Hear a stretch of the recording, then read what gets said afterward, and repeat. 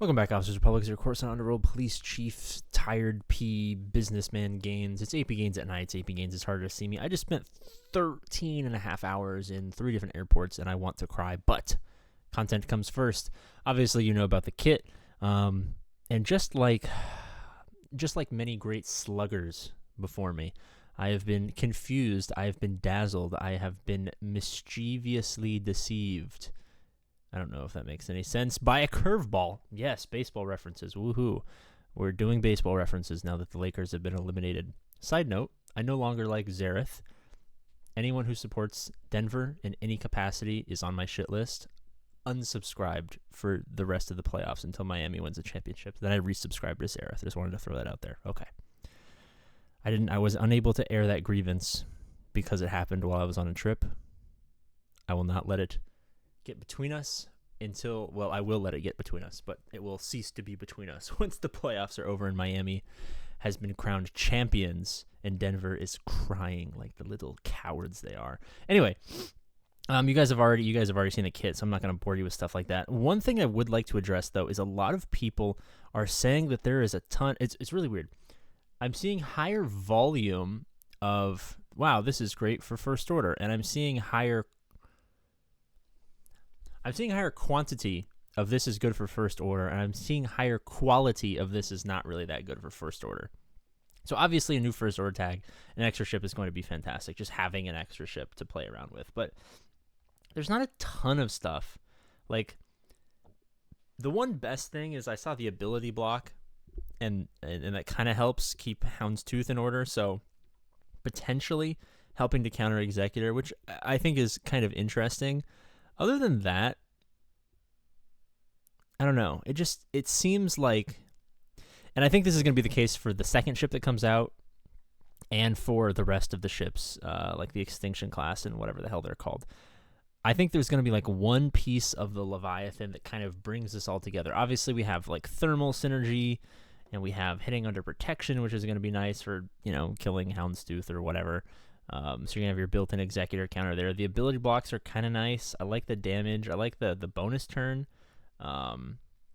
with, the Ignore Taunt and stuff like that, which I imagine the Ignore Taunt is probably going to be super useful fighting the Profundity, because you're going to be able to take out the Outrider and get around the tank. I guess technically also probably good against the Executor and the Houndstooth. But I feel like, I don't know. It's so... I don't even want to make this video anymore. I'm just so fucking tired. Oh, the fourth wall is breaking. Oh my goodness. All right, I'm gonna keep going. I just honestly, this ship is going to be fantastic, and I think it's going to be a heavy damage dealer. But I just don't foresee it doing a ton for the first order, because like right now, off the bat, like a lot of the heavy hitting with the first order V Executor lineup happens early, right?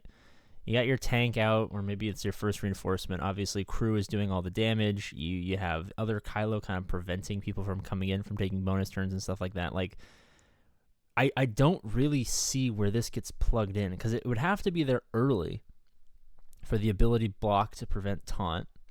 I'm just kind of spitballing here. I haven't slept in like 2 days, so not a ton of brain functionality is happening. But like, it would have to be in there early. Like, who do you take out? You can't take out crew. You could maybe take out OG Kylo, but him passing turns is kind of important. You could maybe take out the tank and kind of raw dog it and hope you don't get turn 1 deleted, but I don't know if that's going to happen, because the tank kind of solved that problem of giving you something that could take the Executor early beating, because Executor coming out with, okay, Xanadu goes first, I guess, or Bam, depending on whether you have brain cells or not. Let's say Bam goes first, AoE, assist,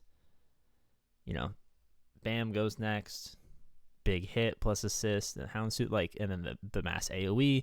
Like, there's a lot of very early, like, turn 1 damage coming out of the Executor, and the tank kind of helps with that. So I just, like, maybe as a second reinforcement or a first reinforcement, gets 5 stacks of Vengeance, and critical damage up for 2 turns, inflict a random healing mini for 1 turn, which can't be evaded or resisted, which I guess is maybe nice. And if you forget, the Vengeance is 15 stacks, you get all the cool shit, right? Where is Vengeance? Here we go. Whenever an enemy attacks out of turn, or another Sith ally is inflicted with a debuff that can be dispelled, gaining 1 stack of vengeance. So ideally, if this is the first reinforcement, all of the assists have kind of already happened. The mass assist has happened. The 2 call to assists have happened. So you're not getting a ton of assists. So it's kind of weirdly placed where if it's your first reinforcement, you're not getting all of those bonuses. But they are going to put out a bunch of like target lock and stuff like that, so you can get some vengeance there. Is it going to be enough to get 10 quick enough to take a bonus turn and do good damage? Potentially. But I don't really... I mean, I'm going to eat my words because I'm sure with like a Relic 7 Sith Trooper, like you're going to see streams where this is going to fuck up Executor real bad. And I think that's kind of a byproduct of the Executor could already, or the Executor already was losing to really, really, really high Relic First Order fleets.